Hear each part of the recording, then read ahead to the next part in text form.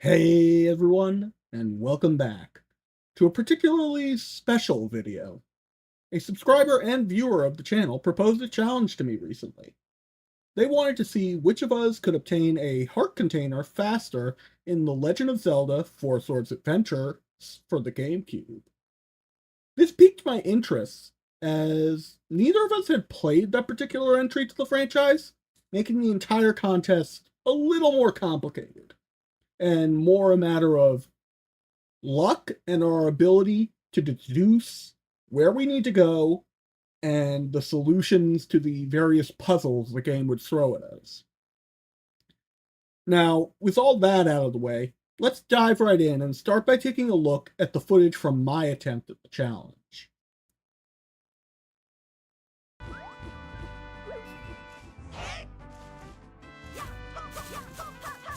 Fairly standard fare start here. Just cutting the grass around the area. We needed a force gem before we could proceed, at least one, so it's at least not a waste of time. This, however, was a waste of time on my part, in hindsight. I should not have been just continuing to cut the grass. Once I got that first force gem, I should have just left. I should have gone to the left side of the screen and just gone to the next area. And here I'm wasting even more time. I should not have been wasting time cutting that grass. I do not need all these force gems.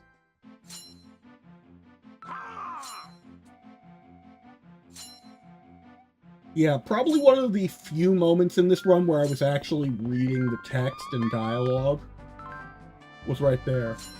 But here you'll get to see me fumble with the controls, as I didn't realize, no, you just press the L button, and then you press the A button to select the formation. I skimmed through what he said and only saw the Y button and L button being mentioned. So I was holding the L button and then trying to press the Y button to select things, like a dingus. So I was just constantly selecting the one of either the first formation, which is a diamond, or the last formation, which is a square, or because it took me a while to figure out, just press the dang L button, stupid. An embarrassingly long time. And then it took me a few seconds more to figure out, just press the A button.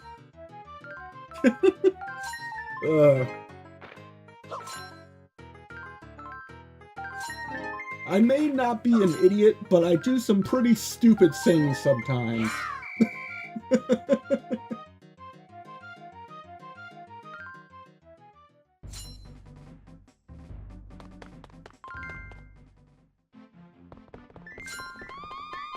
It makes you wonder sometimes, honestly.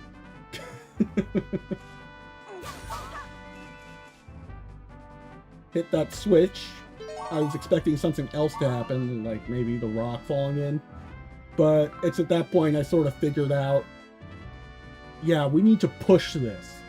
Can't push it by myself, though. So maybe let's try something with the formations.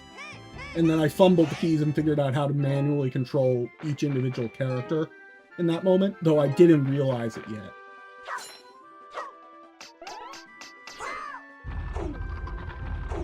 That'll come into play later in the run. Yeah, so far pretty standard fare for a Zelda game. And here, my first instinct, just having played a lot of Zelda recently, was you see a cave, you go into it. No ifs, ands, or buts. And I was trying to figure out the controls to actually just pick it up a rock here. And it took an embarrassing amount of time.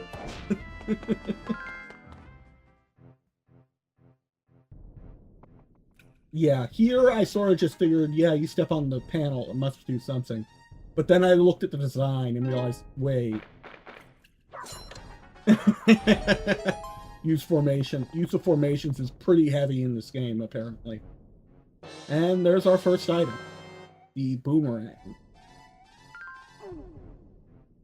Which I didn't know at the time, but is required to actually progress. Because there's a key you can't reach without it on the next screen. Still no idea why I was so dead set on collecting force gems, but I was.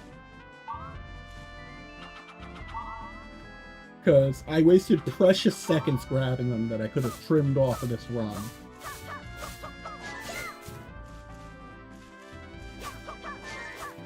But I'm gonna shut up for a little bit and let you just witness what happened.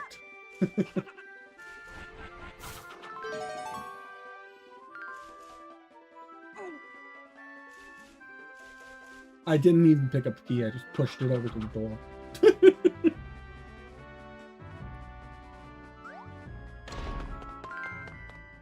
No idea why I didn't talk to this NPC. But it seems it's not as big a deal this time because this guy mentions lifting that huge rock, which is what tipped me off to try and lift it. But if I had talked to that other NPC beforehand, I'm pretty sure she mentions hiding something under a rock.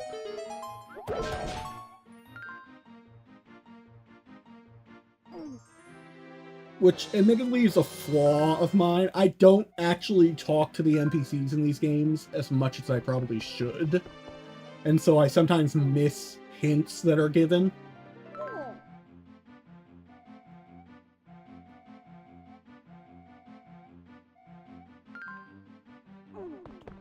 Which I'm sure will bite me in the ass one of these days, but so far it hasn't, thankfully.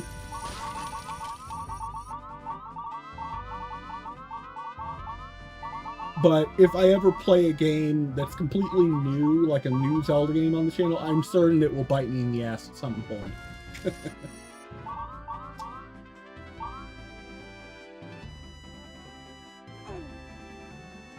Yep. Needed to change to a square formation so I could lift that up.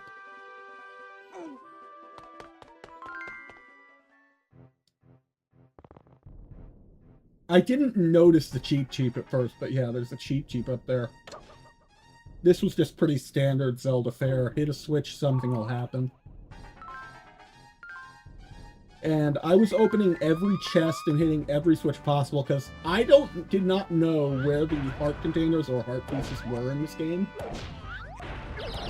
Because both me and the viewer went into this completely blind.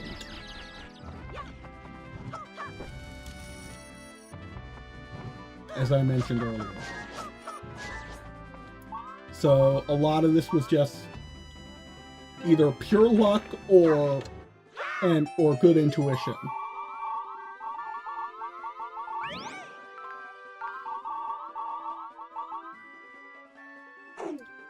Now there, I probably should have just realized that switch was going to be a waste of time and just be force gems.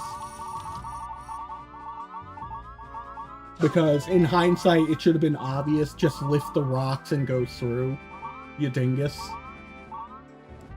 But despite me being just locked in and playing through this without making any commentary, it still didn't connect at first. Now here I had to go through just trial and error process of elimination to figure out where to go, because normally in Zelda games you need an item before you can jump into water and start swimming.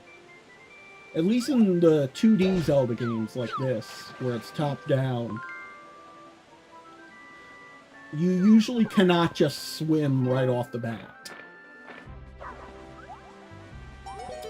Here's our Tingle cameo. If memory serves, this is the first Tingle cameo, because this game came out before Wind Waker, but after Majora's Mask when he first debuted, so...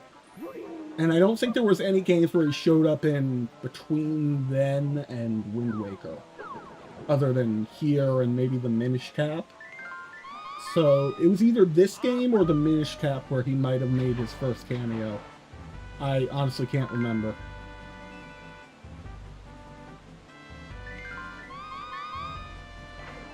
But that's something they haven't been doing in Zelda games lately. Tingle has stopped making cameos. No idea why, but he has. This part was just knowledge from other games coming into play. It resembled the cannons from Donkey Kong Country, so I just jumped in it and figured It'll blast me somewhere.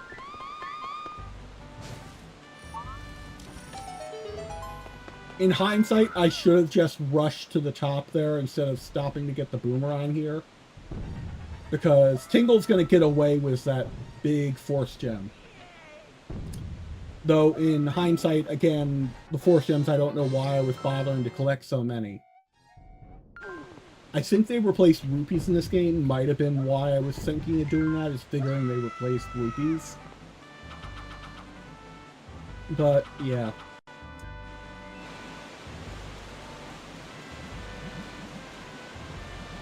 Oh, Azora! I actually didn't catch that when I was playing.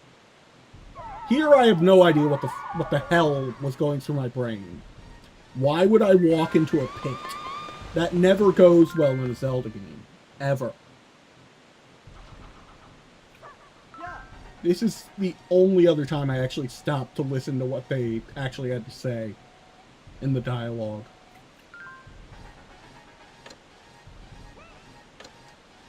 Because I knew that I couldn't do this with a formation, so I would have to somehow control them each individually. So I actually read the NPC's dialogue to try and get some instructions on the controls. Paid off in this case. Usually I can figure it out without that, but it's whatever. And there's the heart container.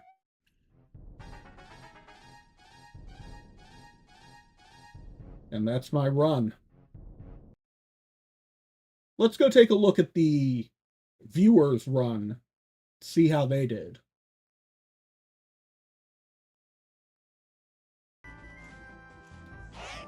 Okay. They definitely spent some time here getting used to controls. Pressing different buttons. Maybe they'll pull ahead.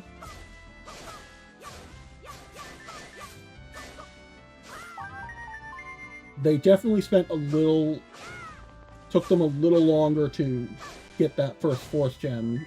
Maybe that'll bite them in the ass, I don't know. But like me, they wasted a bit of time here just cutting a lot of grass. For no real reason. Once you get the first force gem, after having looked into it, I mean, after having done the run, you only need to grab that first force gem and then you can proceed. There is literally no reason to just keep cutting down the grass. So, in the case of both runs, we wasted a bit of time doing that.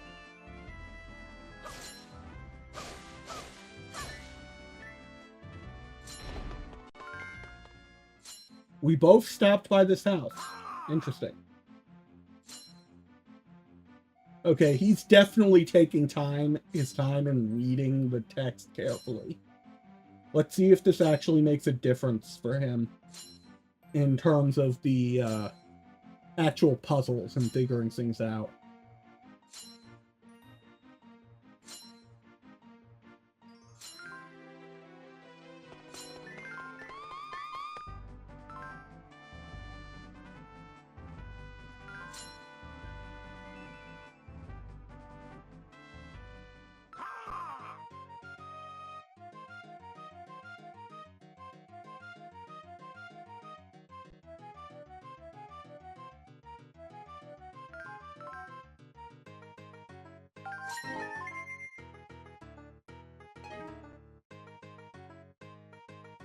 Yeah, I think we both made the mistake of holding the L button.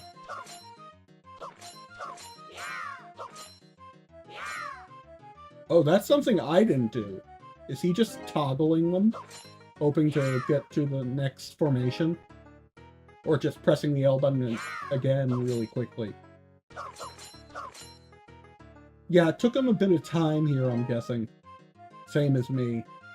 To fully get accustomed to these controls.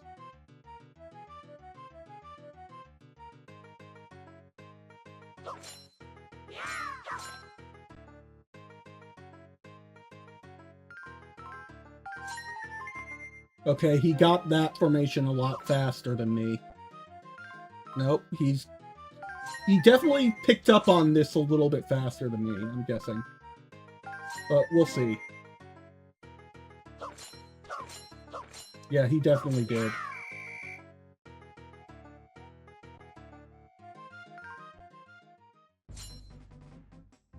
Okay, let's see where he goes from here.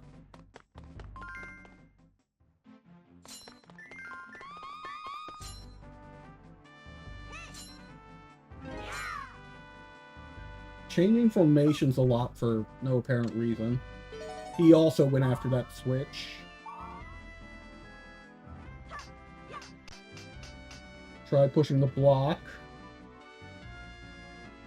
How long will it take him to realize to change formations?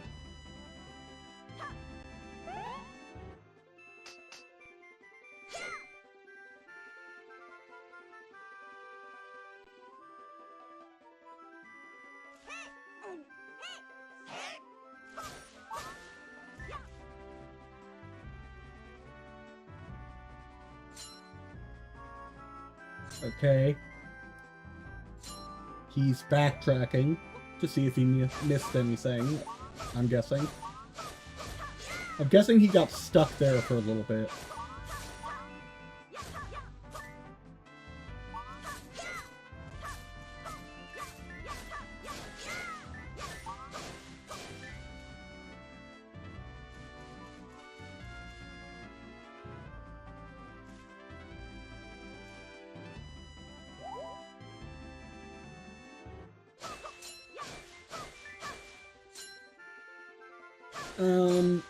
I'm gonna cut ahead to when he figures this out.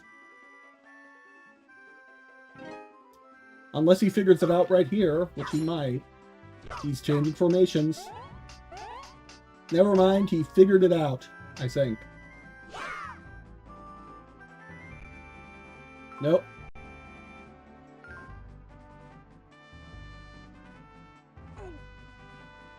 Yeah, I'm gonna jump cut. Be right back, folks.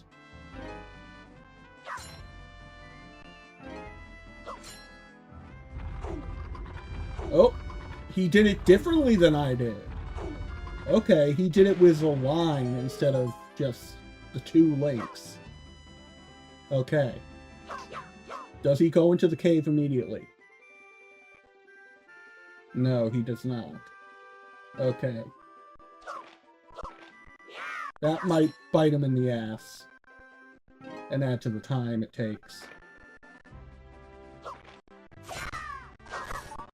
No idea why the recording's getting choppy here, but it is.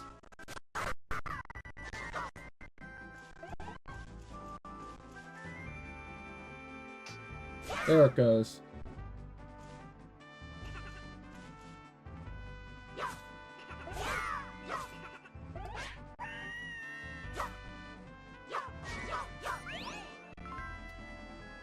Oh, he actually killed the Shadow Link in this case, where I just let him run away. That's very different. But I'm getting the feeling he realizes he needs that key at this point. I wonder how long it'll take him to figure out to go to that cave and get the boomerang.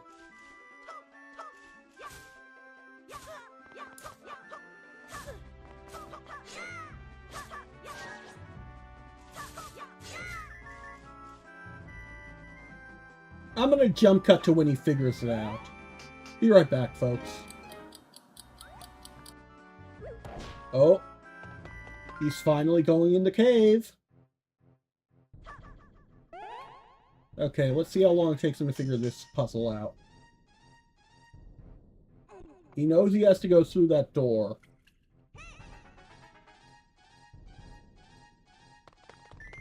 No, don't leave. Dang it.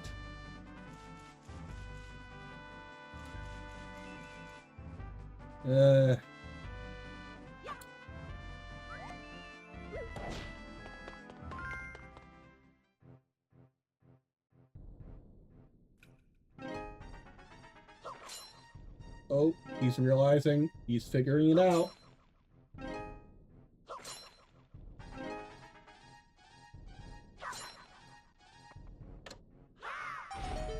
There we go. I don't know why the sound seems to be a bit behind. I'm guessing something happened when he was recording it. Because it seems like the sound's a little bit out of sync.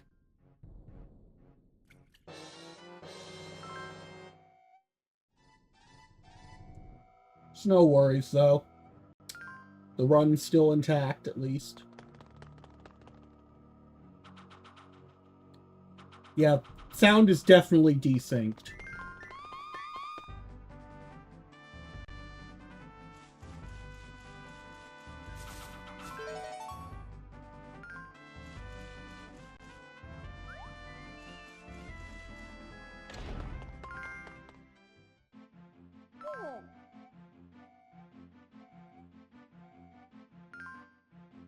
Okay, he actually talked to her.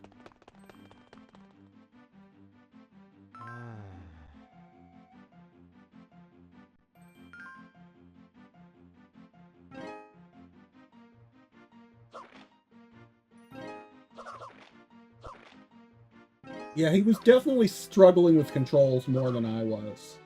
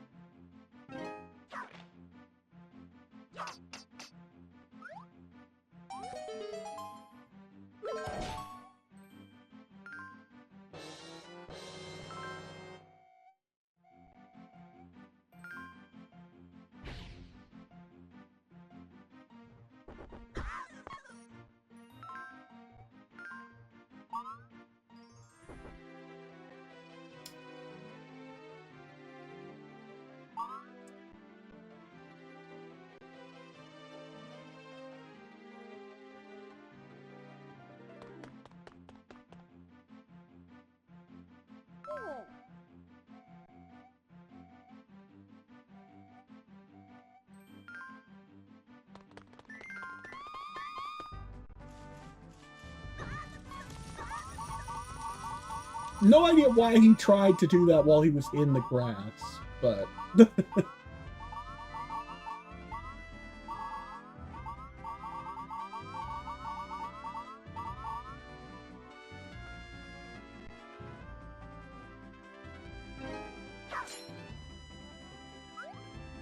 It's whatever.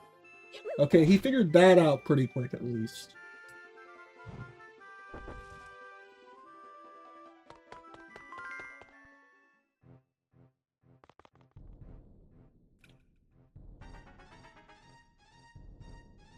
This part I'm expecting he'll figure out pretty quickly as well.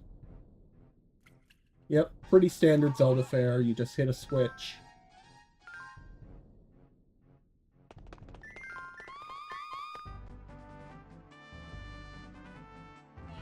But how will he deal with this? Yeah, he gets stunned just like I did.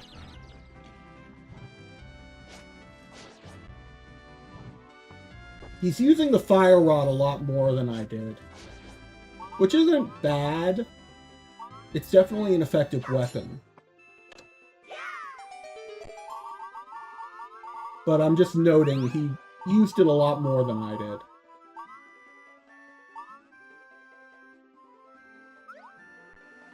Picked up on this more quickly than me. He might pull ahead here.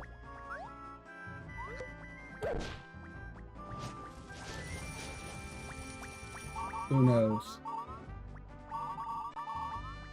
He's going after the Force Gems, which I also was guilty of doing. He did not cut that patch of grass, though.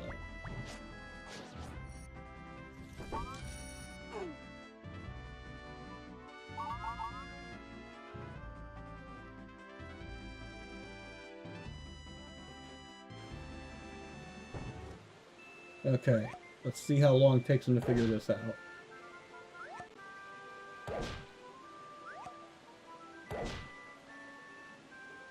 He's just throwing them all at them. Is he going to figure out that he can just jump in the water?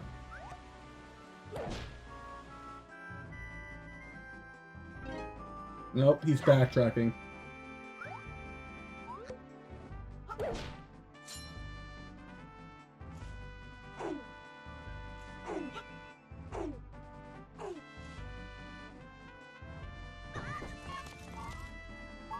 He lit himself on fire again. I'm wondering if that's going to become a scene.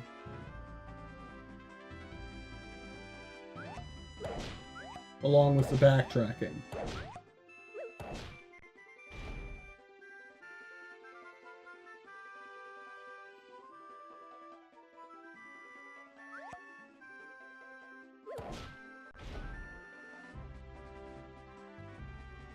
I mean, admittedly, my run might have been fast, but I admittedly have also been playing Zelda a lot lately. This guy does not play it regularly. He's just a viewer. He's not a content creator. He doesn't sit here and play games all day. He's just a regular Joe. So, I'll admit, this is to be expected. Because some of this is pretty obvious if you play a lot of Zelda.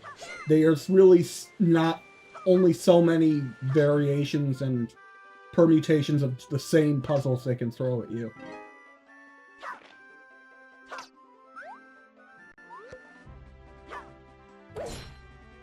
And there's only so much you can do in a Zelda game that you can kind of eliminate your the options and narrow it down to the right answer pretty easily.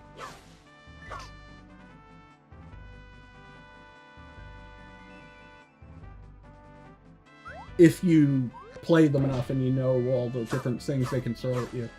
It becomes a lot more obvious. So this is not at all his fault. He finally cut that bush open, though, for all those force gems.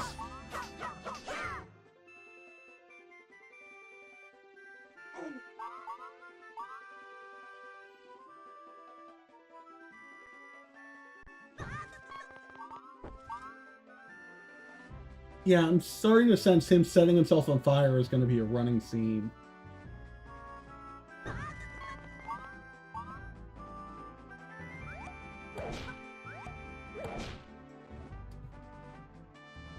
And I'm getting the feeling that the most time being wasted is right here for this run. Because he's not figuring out that he needs to go in the water. Which, again, I cannot blame him for. That is not typical of a Zelda game. That you can just immediately go into the water. Let's jump ahead to when he figures it out. Shall we? He figured it out!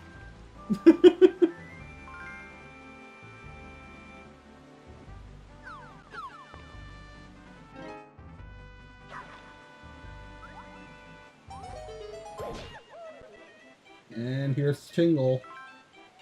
Cameo. He skipped through his dialogue, too.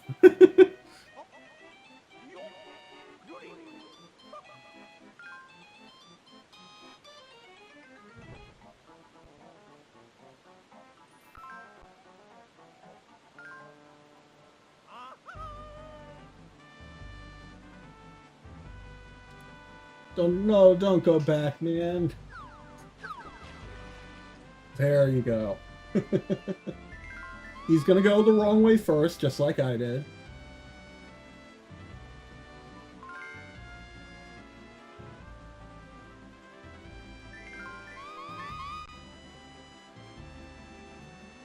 Does he figure out how to dive, though? He does.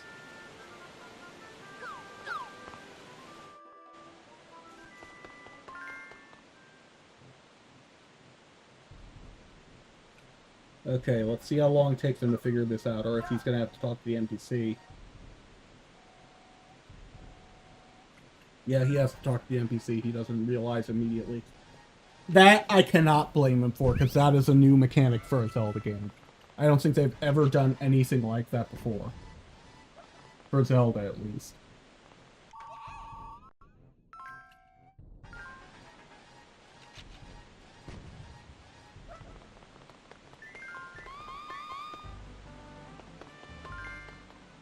Okay, he does not press the switch.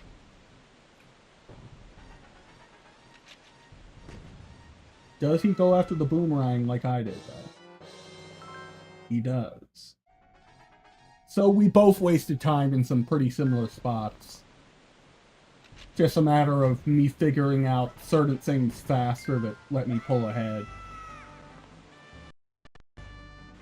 In some areas. So far, this is looking pretty good.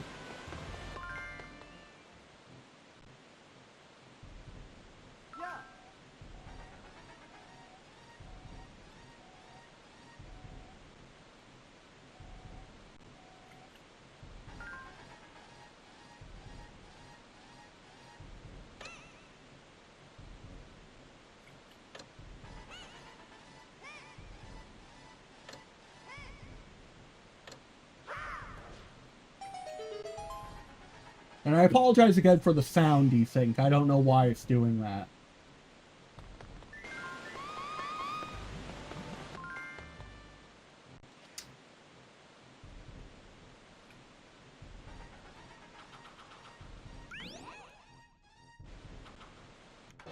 Okay. And he gets the heart container. And that's the end of his run. Now then, after calculating the run times of each attempt down to the frame, we're ready to announce the winner of this challenge.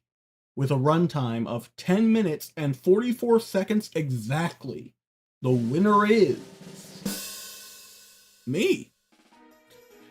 Honestly, I'm surprised I won this. I was expecting to lose horribly, but I think them getting a little bit lost and having to backtrack so much really is what ate into their time. And in their defense, I think that if they had been playing Zelda games more regularly and were more familiar with the kind of puzzles and such that the game tends to throw at you, they probably would have done a lot better. And might have been, and the times probably would have been a lot closer. Both of us wasted a decent amount of time getting used to the controls, because neither of us had played this game before.